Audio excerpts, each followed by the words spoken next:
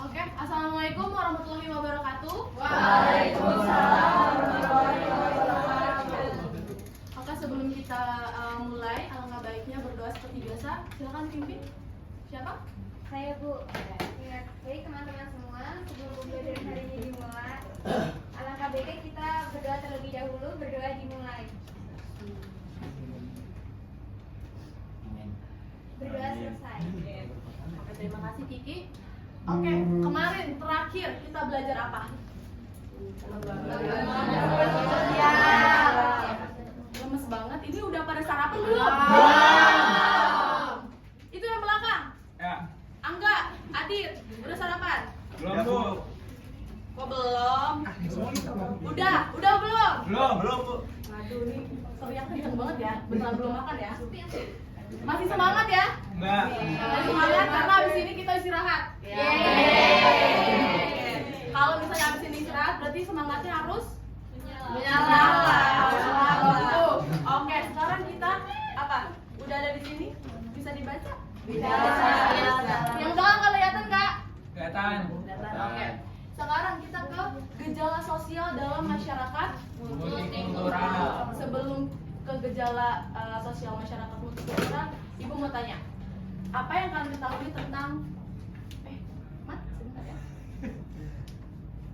Nah, apa yang kalian ketahui tentang masyarakat multikultural? Ada yang mau jawab? Coba.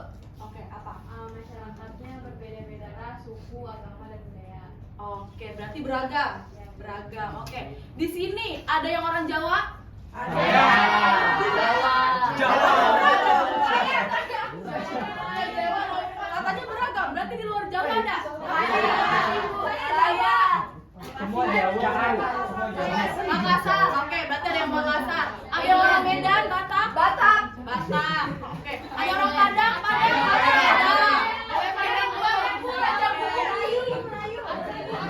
Oke, saya Papua Bu. Oke. Anak-anak, oke. Terima kasih. Kalian nggak perlu jauh-jauh keluar untuk mencari keberagaman. Di kelas ini aja udah beragam, bener nggak? Oke, kita lanjut. Nah, sebelum kita masuk lebih jauh, Ibu mau kalian paham tentang definisi hakikat dari gejala sosial. Ada yang mau bantu Ibu untuk membacanya? Saya. Boleh. Hakikat gejala sosial, fenomena atau peristiwa yang muncul dalam kehidupan masyarakat berkaitan dengan perilaku, tindakan, atau interaksi antar individu atau kelompok dalam suatu lingkungan sosial. Oke, berarti kata kuncinya ada di Fenomena. Fenomena apa aja? Fenomena yang terjadi di masyarakat. Contohnya, ada yang mau contoh nggak? Apa yang kalian ketahui? Kayaknya fenomena ini ada di masyarakat. Tawuran, konflik, kemiskinan, pengangguran, benar? Oke, berarti kata kunci dari gejala sosial adalah semua fenomena yang terjadi di masyarakat. Oke. Selanjutnya kita ke masyarakat multikultural. Ada dua kata yang merakit multikultural. Yang pertama multi dan culture. Dan yang jadi di sini multi adalah banyak. Culture apa? Budaya. Berarti udah disimpulkan kalau Banyak budaya. Berarti budayanya beragam. Yaitu masyarakat yang memiliki latar belakang budaya yang beragam. Ada yang Islam? Ada. Ada yang Kristen di sini ada yang Konghucu nggak? Kevin. Agama di Indonesia ada berapa? Ada? Jangan sampai salah. Ya, ada 6. Oke, kita lanjut ya. Jadi kesimpulannya adalah masyarakat multikultural adalah beragam. Oke, mantap. Sampai sini udah paham ya?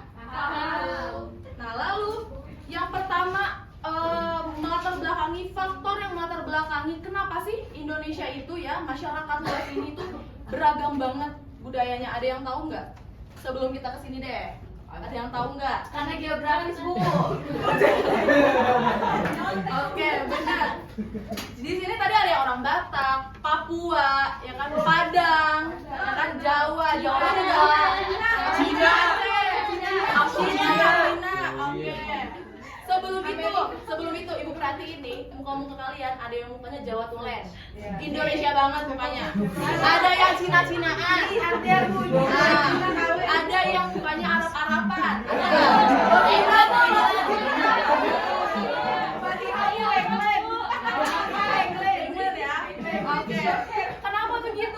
Kenapa begitu? Faktor nenek Kita moyang. bahas sekarang. Kenapa sih Bu? Kok bukan teman saya yang ini mukanya Arab-Araban, yang ini Cina-Cinaan. Bahkan kita sering ngeliat kalau misalnya teman kita mukanya rada Cina, seringnya dibilang enci. Iya. Cireng. Ya, cici, ya kan? Terus kalau misalnya ada yang Cina sedikit, dibilang kok apa namanya itu dong semen 2 sak. Ya. Jangan kok. Semen 2 sak. Semen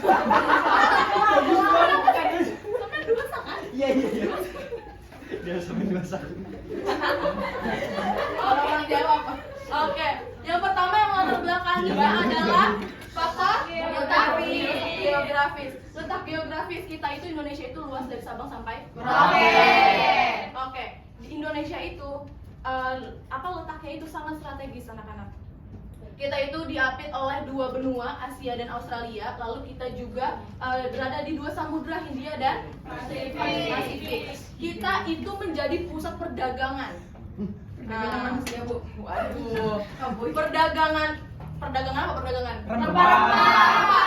Masih ingat pelajaran sejarah kan? Kan? VOC. Oke, mantap. Masih ingat semua. Kita itu karena strategis banget anak-anak. Jadi kita itu berada di jalur laut ya. Pada saat itu kan pada zaman kita balik lagi ke sejarah, pada zaman itu masih lewat jalur laut. Jadinya apa? Indonesia itu kan mayoritasnya itu dihuni oleh lautan, ya kan? Nah, jadi pada saat itu kenapa letak geografis itu menjadi salah satu faktor?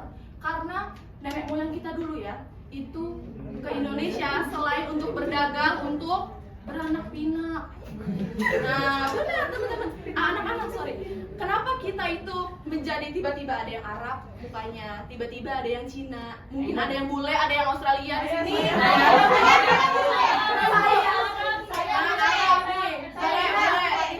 Fatihah bule. Oke. Itu karena apa? Faktornya adalah karena mereka orang-orang luar itu selain berdagang di Indonesia itu melakukan perkawinan. Nah, ya kan? Mungkin nenek moyang kalian tuh ujung-ujungnya tuh kalau kalian tarik ke atas ya, itu tiba-tiba nenek moyang kalian orang mana Turki. Lalu yang kedua ada kondisi geografis Indonesia. Indonesia itu yang tadi Ibu bilang memiliki diapit oleh lautan. Kita memiliki 17.000 pulau. Bayangin sebanyak apa? Provinsi di Indonesia ada berapa sekarang? 38. Salah, ntar masih di 8 lagi provinsinya. Nah, kita memiliki 17.000 pulau dan setiap pulau memiliki budaya yang berbeda-beda. Di sini ada yang orang Padang tadi, Adit ya, orang Padang. Kamu pernah pulang ke Padang? Pernah. Ngomong. Dia pernah. Kamu pernah. Oke. Di sana kamu ada nggak kebudayaan adat di tempat kamu itu misalnya kayak upacara adat atau apa gitu? Tari piring Bu. Tari piring, tari rendang tuh sih paling. Aduh, tari piring ya kan, tari piring berasal dari Minang. Dari Minang ya kan. Oke. Nah, itu setiap pulau itu berbeda-beda budayanya. Kalau di Jawa, tadi siapa yang ngomong Jawa? Saya. Banyak ya tadi ya. Yaudah, Batak deh, kita deh. Batak, apa biasanya? Medan. Tortor Bu, tari tortor. Oke, kamu ikutan narinya? Iya dong, biar dapat duit. Nah, di sana, Lovina itu nari tortor. Ihsan, nari nggak kamu tortor? Nari. Nari, emang kamu orang Enggak, Medan? ibu saya orang Batak. Oh, orang Batak. Nah, ini campuran. Ya kan? Oke. Terus Laura nari tortor nggak? Karena orang Jawa. Di sini kita udah ngelihat anak-anak bedanya setiap kebudayaan dipengaruhi oleh letak geografis pulau-pulaunya. Ya enggak? Oke, kita lanjut ya. Sampai sini ada pertanyaan dulu? Paham betul. Oke. Selanjutnya ada kondisi iklim dan struktur tanah. Ya, di sini kondisi iklim itu mempengaruhi cara berpakaian. Kalau misalnya di puncak deh, cara berpakaiannya gimana? Pakai Pakai apa? Kupluk ya enggak? Kalau di sini kalian berpakaian kayak gitu, gimana? Gerah banget, panas. Apalagi di Sukawali ya. Kembali Kalau di gara-gara Banten ya. berpakaian. Gak pakai baju. Oke, jadi di situ juga bisa. Oh, sama ini anak-anak. Kalian pernah lihat rumah adat? Pernah. Nah, kebetulan ibu orang Palembang, ya. Benar. Orang Palembang itu rumah adatnya apa? Ada yang tahu nggak? Orang Palembang. Rumah gadang tuh dari mana rumah gadang? Nggak boleh. Kalau misalnya kita semua sama-sama belajar. Baik, sama-sama belajar. Jadi ketika teman kalian salah, itu nggak apa-apa. Kita nggak boleh menyalahkan. Oke? Maaf, Oke. Tadi rumah adat Palembang. Ada yang tahu apa? Rumah Panggung. Ada yang tahu udah kegambar rumah panggung seperti apa? Apa? Konser. Bukan panggung. Rumah Filipin. Konser. Rumah Filipin ya? Rumah Filipin. Ya, Melayu ya. Nah, jadi waktu ibu pulang ke Palembang, itu rumahnya itu masih kebanyakan rumah panggung. Kenapa? Ada yang tahu nggak kenapa? Ada teman sekarang. Apa? Hewan buas. Oke. Ular, babi, Anak-anak, sebenarnya adalah yang pertama di Palembang itu masih banyak sekali rawa-rawa. Nah, rawa-rawa tahu rawa-rawa ya? Nah, jadi karena kondisi tanahnya, ya struktur tanahnya itu masih air ya, rawa-rawa itu makanya orang sana itu berpikir gimana caranya tanpa kita bisa bangun rumah tanpa pertama menghancurkan ngeratain rawa-rawanya. Dan yang keduanya adalah gimana caranya bangun rumah tapi bawahnya itu tanahnya pasti lembek ya kan? Nah, dibangunlah dengan rumah panggung. Jadi kalau misalnya jadi rumah kakek ibu dulu itu bawahnya tetap rawa-rawa, tapi kita tinggal di atas jadi ada ular, ikan itu masih banyak lagi. Satu. Bisa mancing, Bu. Bisa mancing, benar bisa mancing. Oke, terus di pesisir ya kan ada misalnya kondisi iklimnya di pesisir panas apa dingin? Panas. Biasanya mata pencariannya apa? Oke, kalau misalnya di puncak dingin apa panas? Dingin. Mata pencariannya biasanya? Bisa.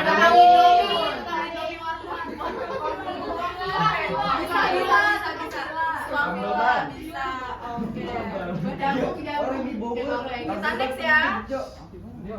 Lalu ada karakteristik dan ciri-ciri masyarakat multikultural. Yang pertama memiliki budaya yang beragam. Udah pasti ya, udah jelas ya tadi ya. Kita udah tadi mengulik masyarakat multikultural seperti apa, udah paham ya yang poin A. Lalu yang kedua memiliki nilai dan norma yang disepakati bersama. Tadi minggu kemarin itu belajar nilai dan norma nggak?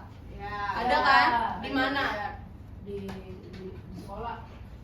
Lembaga. Iya, di lembaga sosial. Oke, berarti masih inget ya? Masih. Nilai dan norma itu untuk apa sih, anak-anak? Biar ada aturan, batasan. Oke. Menurut kalian, kenapa masyarakat multikultural wajib harus ada nilai dan normanya? Biar nggak ada konflik, Bu. Oke, biar nggak ada konflik. Kalau nggak ada nilai dan norma, Berarti mereka merasa paling keren, Bu. rasis, merasa paling hebat, etnosentrisme, kan? Oke. Benar, bisa rasis. Yang apa namanya? Di sini nggak ada yang bully-bulian ya? Dia tuh nggak bully Lovina, Bu, gara-gara Lovina Batak, Bu. Mentang-mentang Daniela Jackson. Jadi Daniela ngebully Lovina karena Lovina itu Batak. Mentang-mentang dia Jaksel, Bu.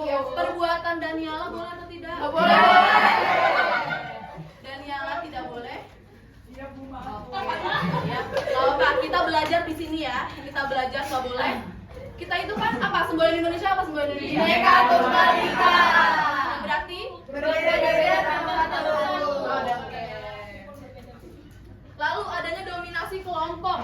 dominasi kelompok. Ada kelompok yang lebih Mendominasi. Ya, ada kelompok yang mendominasi lebih banyak. Di sini mendominasi siapa? Jawa. Karena lebih banyak ya. Lalu perbedaan dapat memicu terjadinya konflik yang tadi kita sudah bahas. Terjadi konflik kalau misalnya nggak ada nilai dan norma bisa konflik bu. Terus misalnya bisa apa namanya tadi? Etnosentrisme, benar. Oke. Betul, Fatihah pintar. Semua pintar. Lalu proses penyatuan terjadi secara lambat. Kenapa secara lambat? Kenapa lambat sih?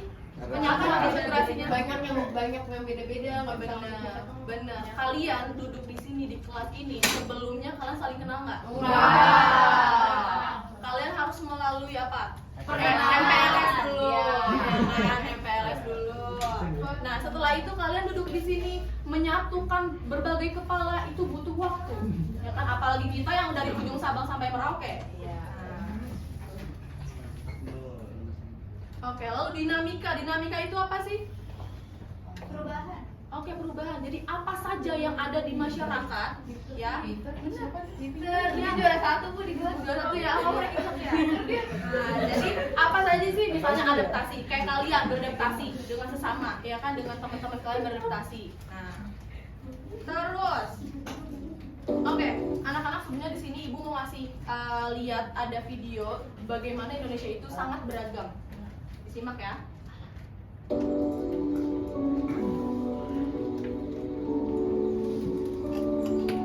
Kelihatan sampai atas belakang?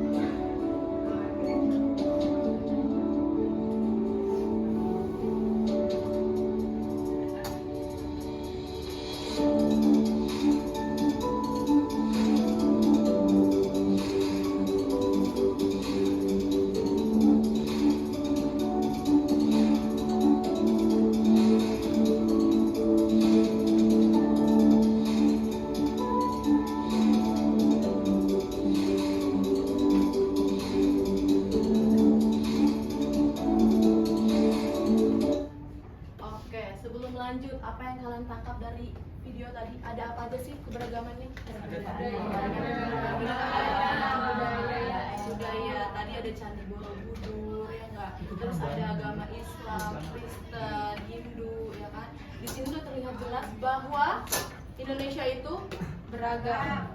Oke, nah di sini Ibu satu lagi mau mengajak kalian untuk mendiskusikan. Menurut kalian ini apa? Perang sampit bukan Bu? Kamu pernah lihat di Google ya? Iya Bu, saya ngikutin di Twitter. Oh di Twitter, oke. Kalian ada yang tahu perang sampit? Tahu? Madura apa Papua? Madura dengan Kalimantan Dayak. Ya, Sampit itu adalah sebuah daerah di Kalimantan Tengah. Ya, di Kalimantan Tengah. Menurut kalian yang tahu nih ya, yang udah pernah dengar perang sampit itu kenapa sih awalnya? Boleh, Ihsan. Dominasi kelompok. Ini jadi setahu saya perang sampit itu kan banyak pendatang orang Madura yang datang ke suku Dayak gitu. Nah, orang Maduranya ini pertamanya diterima baik-baik, tapi makin lama mereka tuh makin, menurut orang Dayaknya makin melunjak gitu. Nah, akhirnya si Maduranya ini karena udah nggak bisa dibilangin lagi, mereka ngerasa itu tanah mereka juga, mereka punya itu juga, karena mereka yang kerja di situ. Nah jadinya udah nggak bisa dikomunikasiin baik-baik, jadilah perang sampit itu. Oke, berarti ini konflik antar suku. Oke, konflik antar suku, antar etnis, antara Madura dan Dayak. Ya. Kalau menurut kalian, apa sih hubungannya dengan gejala sosial dalam masyarakat multikultural? Ada yang mau coba? Boleh. Jadi hubungan apa namanya masyarakat ini di dalam sosial ini terjadi karena masyarakat multikultural yaitu dari Dayak sama apa namanya Madura.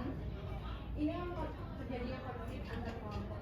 Jadi warga seperti yang tadi bilang Isan warga Dayak jadi terpikirkan gitu karena Madura merasa lebih superior atau lebih dominan gitu di wilayah mereka. Oke, terima kasih Asfi. Ada yang mau menambahkan? Sudah? Oke, sampai sini ada bertanyakan anak-anak? Sudah, Bu.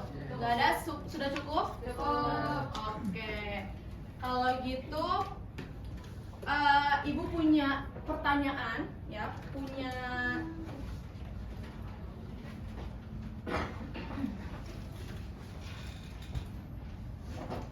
tapi ini dibikin 2 kelompok aja ya, biar kalian diskusinya lebih cepat juga. Ya, silakan. Nah, ini jadi ada kelompok sini dan kelompok sini ya.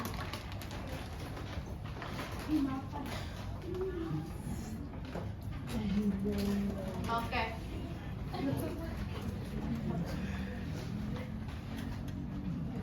Nanti perwakilan kasih tahu hasil dari diskusi kelompok kalian.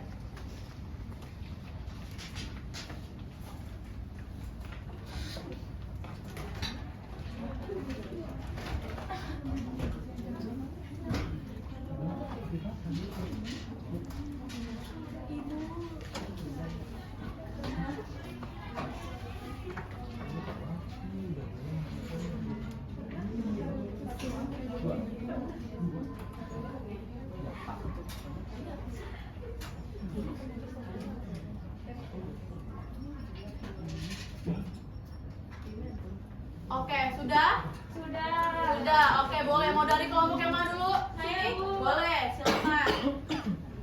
Jadi pertanyaan yang pertama, upaya apa saja yang dapat kamu lakukan untuk menjaga keharmonisan dalam masyarakat multikultural? Yang pertama, menjaga ketertiban. Yang kedua, menghargai perbedaan dalam aspek agama, suku, budaya, dan ras. Yang ketiga, menerapkan jiwa Pancasila, khususnya sila ketiga yaitu persatuan Indonesia. Terus pertanyaan kedua, Oke, pertanyaan kedua ke kelompok ini. Oke, silakan kelompok selanjutnya. Oke. Jadi pertanyaan kedua tuh, apakah keberagaman di sekolahmu pernah menjadi pemicu terjadinya konflik? Pernah. Karena kan di dalam kelas kan kita beragam ya, maksudnya yang tadi Ibu jelasin juga ada yang dari Jawa, Batak, segala macam dan lain-lainnya. Otomatis kan maksudnya nilai dasar yang mereka pegang sebelum masuk kelas ini kan beda-beda, dan jadinya ketika disatuin itu kan pasti ada ketidakcocokan mungkin gitu, karena yang satu yang Jawa nilainya A, yang Batak nilainya B. Oke, untuk semuanya tepuk tangan dulu. Oke, anak-anak, Ibu sangat bangga sekali dengan kelas ini karena kalian bisa kondusif, terus juga aktif sekali ya. Kita jadi timbal baliknya sangat-sangat baik. Ibu harap kedepannya dan terus sampai kalian lulus ya, sampai kedepannya terus itu akan seperti di kelasnya, bahkan lebih baik lagi. Bisa? Bisa. Oke, semuanya. Sebelum Ibu akhiri, tepuk tangan dulu untuk kita semua. Wassalamualaikum warahmatullahi wabarakatuh.